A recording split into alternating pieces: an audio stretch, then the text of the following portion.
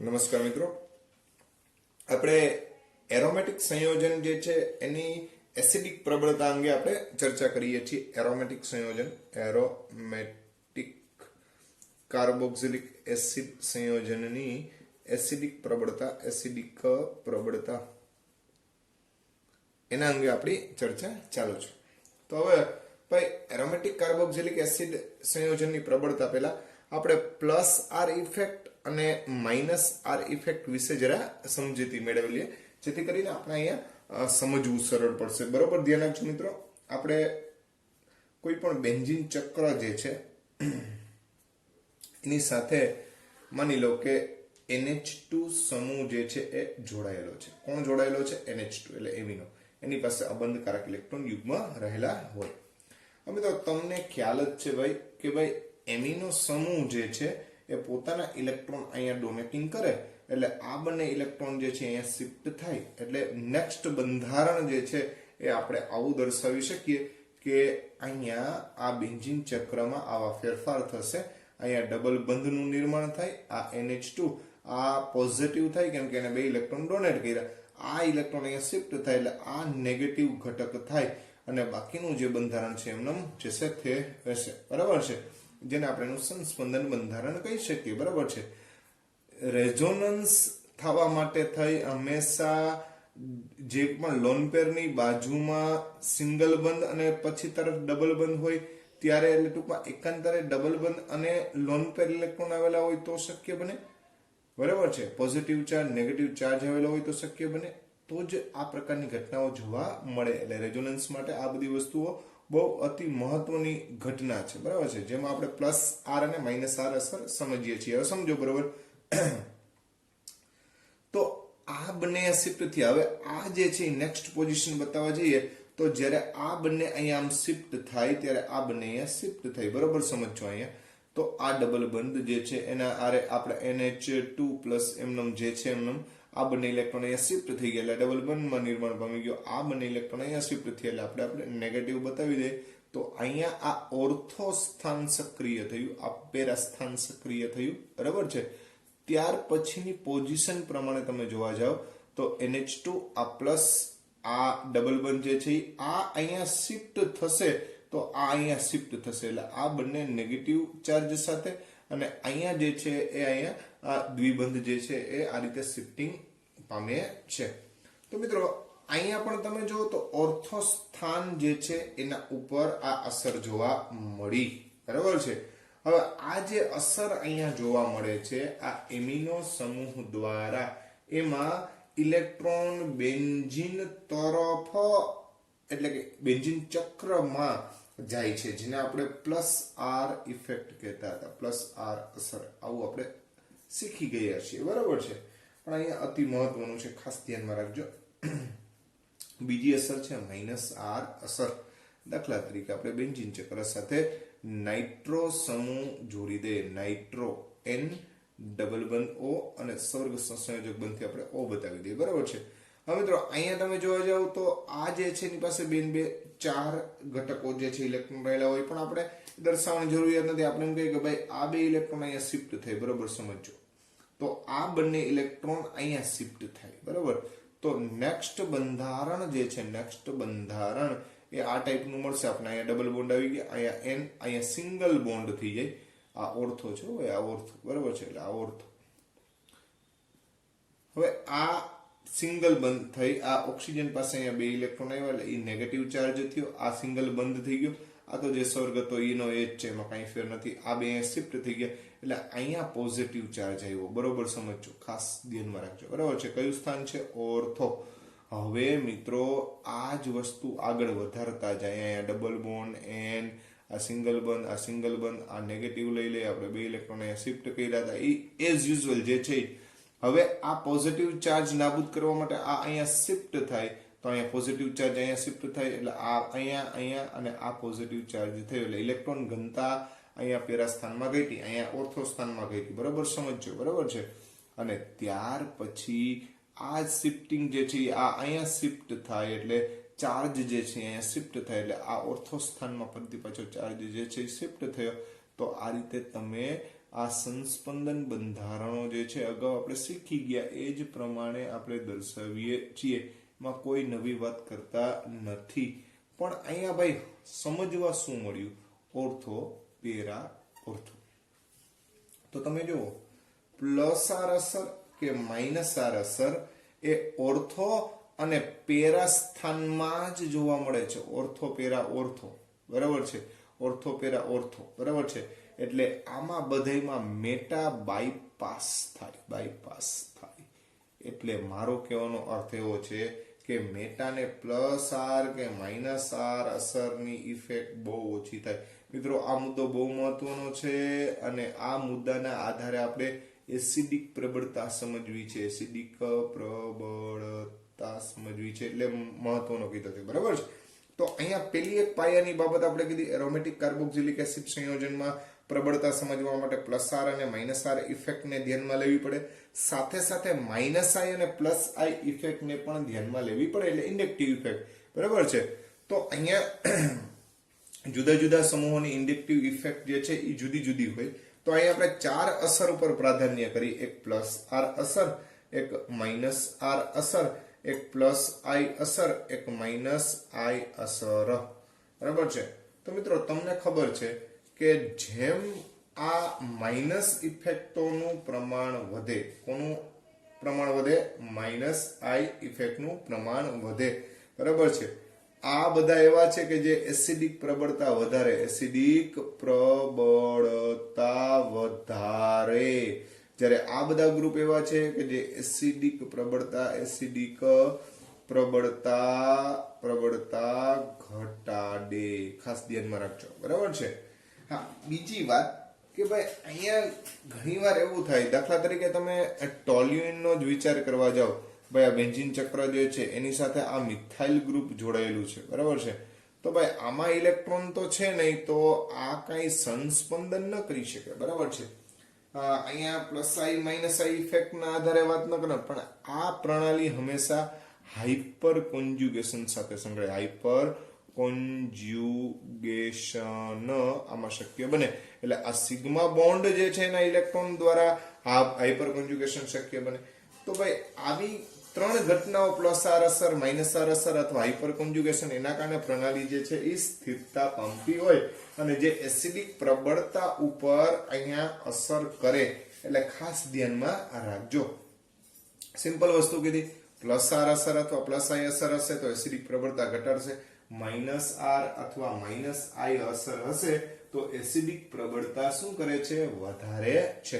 તો મિત્રો જુદા જુદા સંયોજનો ઓર્થો, મેટા અને પેરામાં જ્યારે આ અસરો ભેગી થાય ત્યારે શું ઇફેક્ટ થાય તો એ વસ્તુ જોવી છે, બરાબર છે. એટલે મેં તમને કીધું હતું કે મેટામાં ધ્યાનમાં એ રાખવાનું છે કે મેટામાં બધું બાયપાસ થાય, એટલે કે ટૂંકમાં પ્લસ આર કે માઇનસ આર ની ઇફેક્ટ મેટા વાળાને સૌથી ઓછી લાગે, બરાબર છે.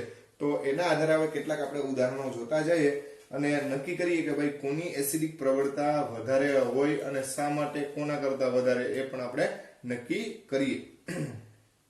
તો પેલું આપણે જે છે એ તમને ખ્યાલ હોય તો આપણે ટોલ્યુઇક એસિડ ની વાત કરી હતી, અથવા તો કાર્બોક્સિલિક એસિડ સમૂહ એટલે કે બેન્ઝોઇક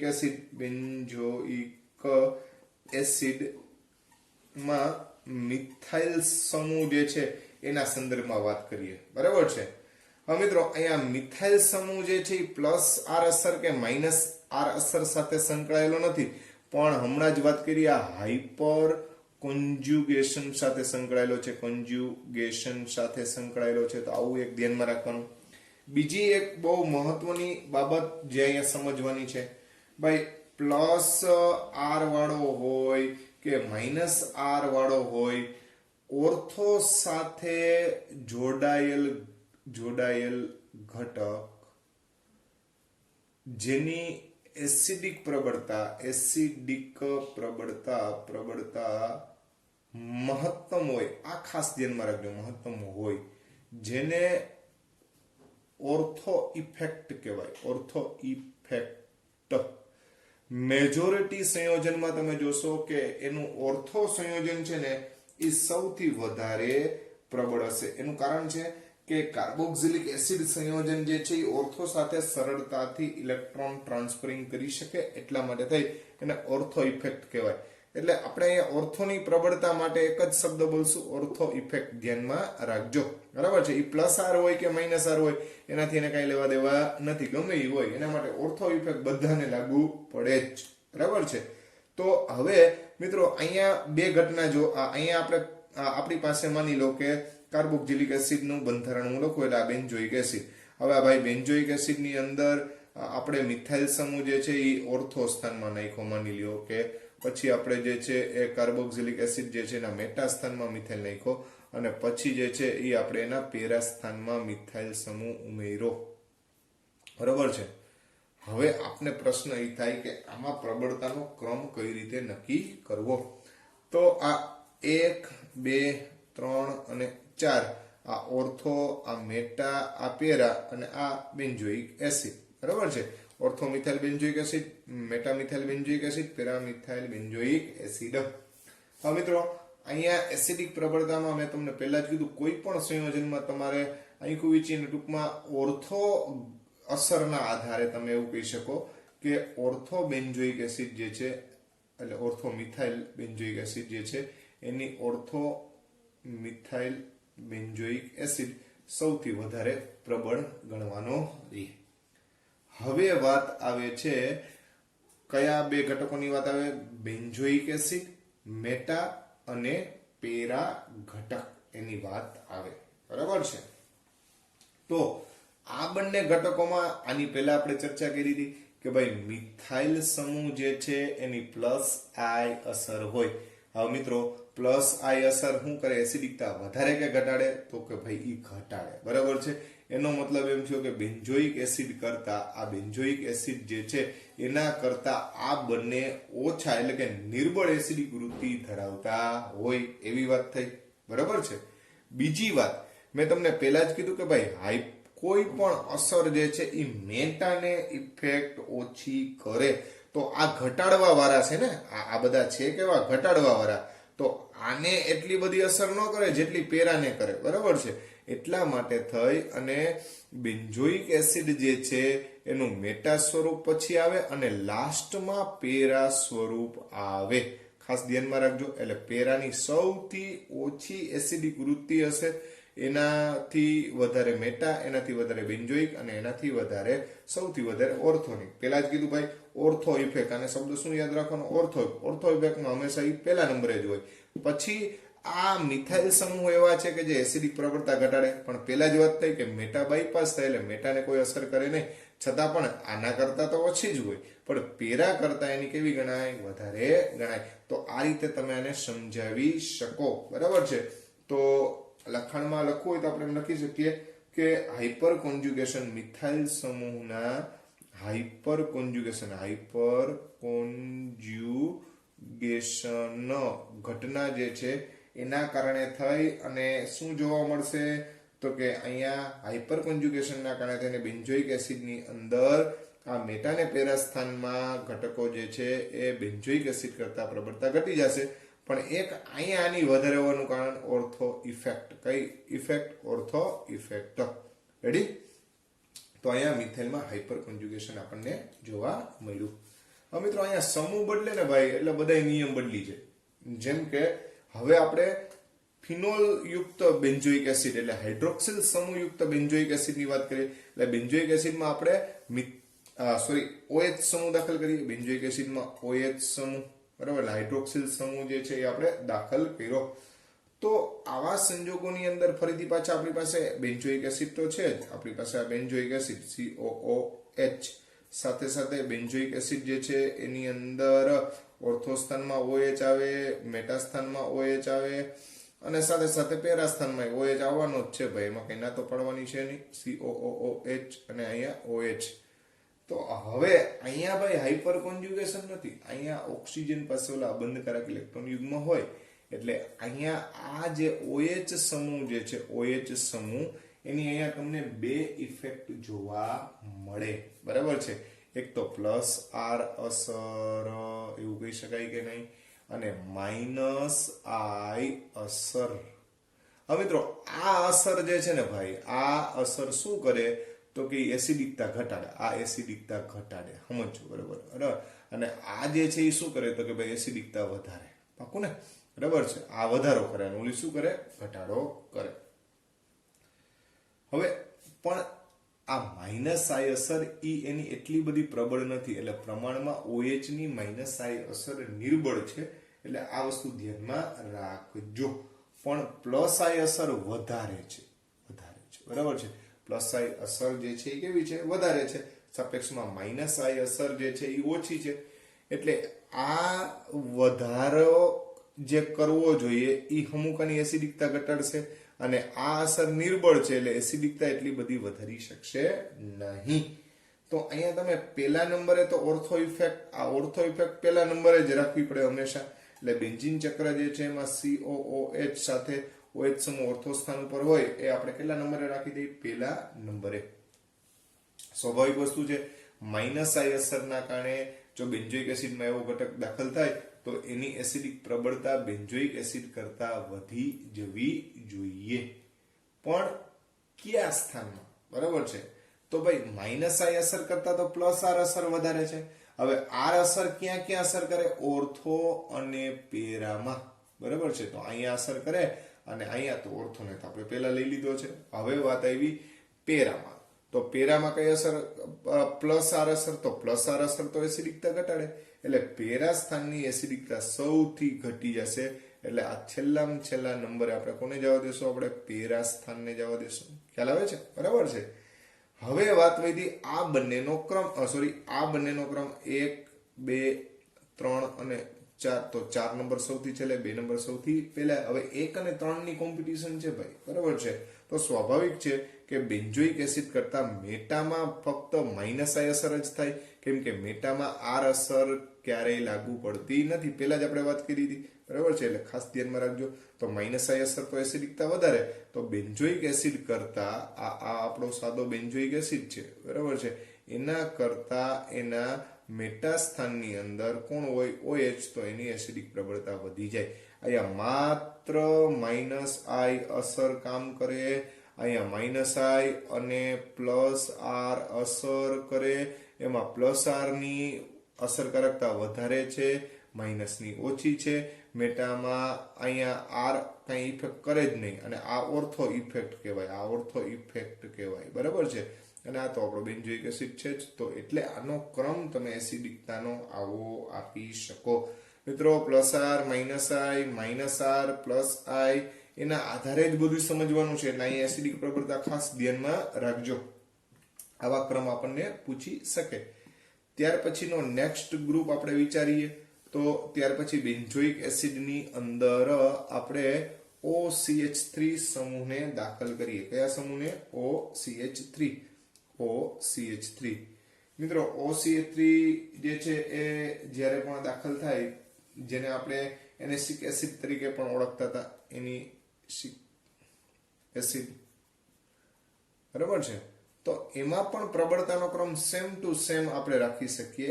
આ જે છે એ હમણાં જે મિથાઇલ સમૂહમાં વાત કરી એ જ સમૂહમાં અહીંયા પણ ચર્ચા થાય. એટલે હું ક્રમ પહેલાથી લખી નાખું છું કે ઓર્થો ઇફેક્ટ વાળો, ત્યારબાદ જે છે એ આપણે COOH સમૂહ જે છે એના મેટા સ્થાન વાળો જે છે એ આપણે ધ્યાનમાં લેશું, OCH3. પછી સાદો જે બેન્ઝોઇક એસિડ જે છે એને ધ્યાનમાં લેશું, અને છેલ્લે આપણે પેરા ઘટક જે છે એને ધ્યાનમાં લેશું. શું કામે તો તમને ખ્યાલ આવે જ છે.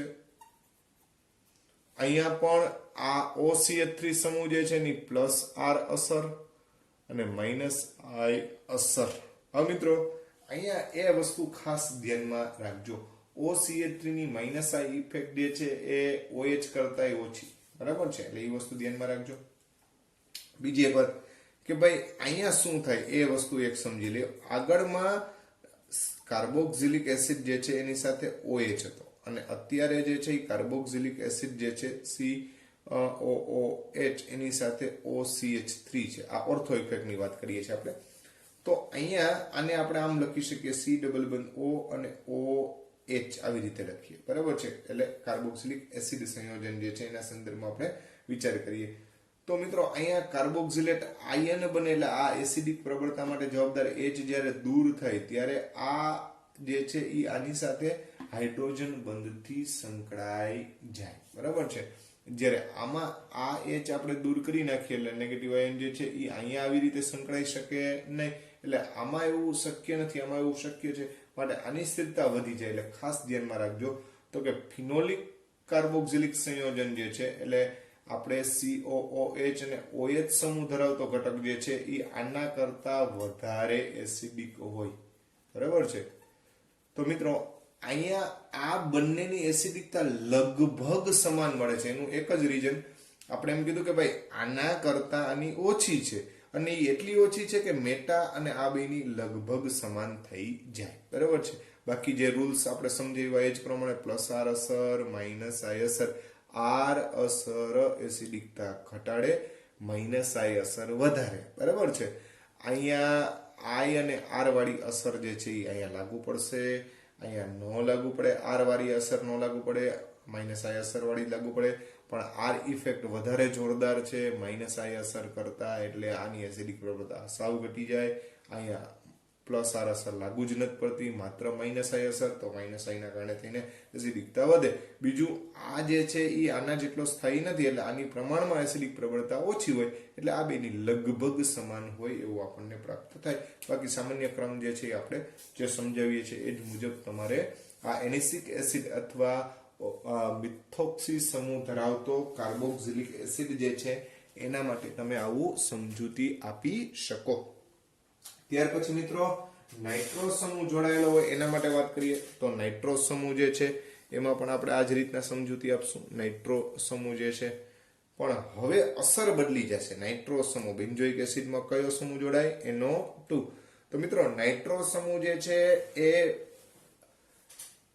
માઇનસ આર અસર ધરાવે અને અહીંયા માઇનસ આઈ અસર તો છે જ, બરાબર છે. હવે જોજો બે એસિડિક વૃત્તિ વધારે એવી થઈ, બરાબર છે.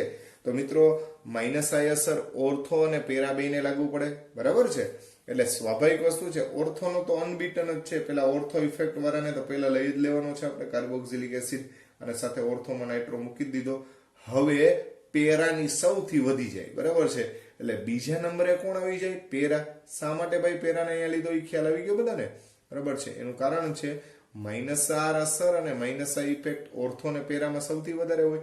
એમાં આ ઓર્થો ઇફેક્ટ જે છે એ લાગુ પડી, અહીંયા માઇનસ આર અને માઇનસ આઈ ઇફેક્ટ લાગુ પડી, બરાબર છે. હવે મેટામાં એની અસર ઓછી હોય, એટલે કે મેટામાં આર અસર ન હોય પણ આઈ તો હોય ને, બરાબર છે. એટલે હવે કોનો વારો આવવો જોઈએ મિત્રો? તો કે મેટાવાળાનો વારો આવવો જોઈએ. એટલે મેટાવાળાનો વારો આવ્યો અને પછી છેલ્લામાં છેલ્લો જે છે એ બેન્ઝોઇક એસિડ જે છે એ લાગુ પડે. એટલે હવે બેન્ઝોઇક એસિડ જે છે એ આપણે દર્શાવેલો છે. તો આ રીતે ટૂંકમાં ઓર્થો ઇફેક્ટ, માઇનસ આર અને માઇનસ આઈ ઇફેક્ટ, માત્ર કઈ અસર આવે? માઇનસ આઈ, અને આમાં એવી કોઈ અસર નથી એટલે આપણે એને છેલ્લે રાખેલો છે. તો આ રીતે આ એસિડિક પ્રબળતાનો ક્રમ આના આધારે તમે સમજાવી શકો. ખ્યાલ આવે છે ભાઈ બધાને? તો આ બહુ મહત્વના મુદ્દાઓ છે, ખાસ નોંધી લેજો બધા, બાકી ભૂલાઈ જાય આપણને. તો આ મહત્વના મુદ્દાઓ જે છે એના આધારે આપણે એસિડિક પ્રબળતાઓ નક્કી કરીએ છીએ. પણ એક ઓર્થો ઇફેક્ટમાં ખાસ ધ્યાનમાં લેવા જેવી બાબત આવે છે, જે ખાસ સમજો મિત્રો. અહીંયા ઓર્થો ઇફેક્ટ માટે થઈને એક ચેલેન્જેબલ વસ્તુ આવી જાય છે, એ છે એન્થ્રાનિલિક એસિડ. એન્થ્રાનિલિક એસિડ મિત્રો, આ એન્થ્રાનિલિક એસિડ જે છે એની કંઈક ઘટના જે છે એ થોડીક અલગ જોવા મળશે એન્થ્રાનિલિક એસિડમાં. એન્થ્રાનિલિક એસિડમાં આપણે આ બેન્ઝીન કાર્બોક્સિલિક એસિડ જે છે એને આપણે ધ્યાનમાં લઈએ એટલે COOH અને સાથે સાથે બાજુમાં NH2 રાખીએ છીએ. હવે થાય શું અહીંયા? તો કે ભાઈ આની પાસે બંધકારક ઇલેક્ટ્રોન યુગ્મ હોય, આવું બધાને ખ્યાલ જ છે, બરાબર છે. જોજો બરાબર, આ C ડબલ બંધ OOH, અહીંયા NHH. હવે આ H જે છે એની સાથે હાઇડ્રોજન બંધથી જોડાય અને સીધો અહીંયા અટેચ થાય, બરાબર છે. એટલે આનું એક નવું બંધારણ પ્રાપ્ત થાય, જેમાં આપણે અહીંયા C ડબલ બંધ O ઘટક અને અહીંયા NHH એટલે આ પોઝિટિવ આયન, આ નેગેટિવ આયન. આને આપણે ઝ્વીટર આયન કહીએ છીએ, ઝ્વીટર આયન. ખ્યાલ આવે છે? તો મિત્રો આવા સમૂહ જ્યારે જોડાયેલા હોય ને ત્યારે ઓર્થો ઇફેક્ટ સાવ ઘટી જાય. ઓર્થો ઇફેક્ટ ખૂબ જ ઘટે. બરાબર છે? એના કારણે થઈ અને અહીંયા ઓર્થો ઇફેક્ટની કોઈ અસર થાય નહીં. એટલે આ ઓર્થો ઇફેક્ટ વાળો છે ને એની અસર સાવ ઘટાડી દે. ધ્યાન રાખજો, અહીંયા ઈ પહેલા નંબરે નો આવે. તો અહીંયા સાદામાં સાદો બેન્ઝોઇક એસિડ જે છે એ પહેલા નંબરે તમારે રાખવો પડે. બરોબર છે? બીજી વાત કે આ એમિનો સમૂહ જે છે એની અસર કઈ, તો કે ભાઈ પ્લસ આર અસર અને માઇનસ આઈ જે છે એ અસર. પણ આ પ્રબળ અસર અને આ નિર્બળ અસર છે. માઇનસ આઈ અસર ખરી પણ કેવી થાય? નિર્બળ અસર થાય. બરાબર છે? તો હવે મિત્રો અહીંયા ખાસ ધ્યાનમાં રાખજો, આ આર અસર કોને અસર નહીં કરે? આર અસર જે છે એ કોને નહીં અસર કરે? તો કે મેટાને. ત્યાં માત્ર માઇનસ આઈ અસર જે છે એ થશે. એટલે હવે બીજા નંબરે અહીંયા મેટા આવશે. કોણ આવશે? મેટા. બરાબર છે? તો અહીંયા ક્રમ ખાસ સમજો. આ મેટા વાળો જે છે એ ધ્યાનમાં લેવો પડે. હવે વાત આવી ઓર્થો અને પેરા.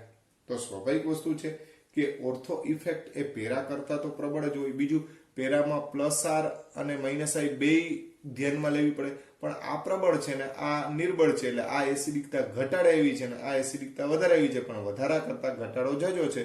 એટલે હવે આપણે ઓર્થોને ધ્યાનમાં લેવો પડે. એટલે COOH અહીંયા આપણે શું લેશું? NH2 ઓર્થો ને ધ્યાનમાં લે. અને સૌથી છેલ્લે આમાં પેરા ઘટક જે છે એ ધ્યાનમાં લેવાનો થાય. તો આ રીતે આની એસિડિક પ્રબળતા નક્કી કરી શકાય. તો મિત્રો આવા જુદા જુદા ઉદાહરણો જે છે એની મદદથી આપણે ઓર્થો ઇફેક્ટ જે છે એ અથવા પેરા ઇફેક્ટ જે છે ઓર્થો ઇફેક્ટને ધ્યાનમાં લીધી, અથવા પ્લસ આર અસરને ધ્યાનમાં લીધી, અથવા માઇનસ આઈ અસરને ધ્યાનમાં લીધી, અથવા આર પ્લસ માઇનસ આઈ પ્લસ માઇનસ, એના આધારે આખી એસિડિક પ્રબળતા જે છે એની અહીંયા આપણે સમજૂતી રજૂ કરેલી છે. તો આ રીતે એસિડિક પ્રબળતા જુદા જુદા કાર્બોક્સિલિક એસિડમાં તમે વર્ણવી શકો. તો અહીંયા એસિડિકતા જે છે એની આપણે ચર્ચા પૂર્ણ કરીએ છીએ.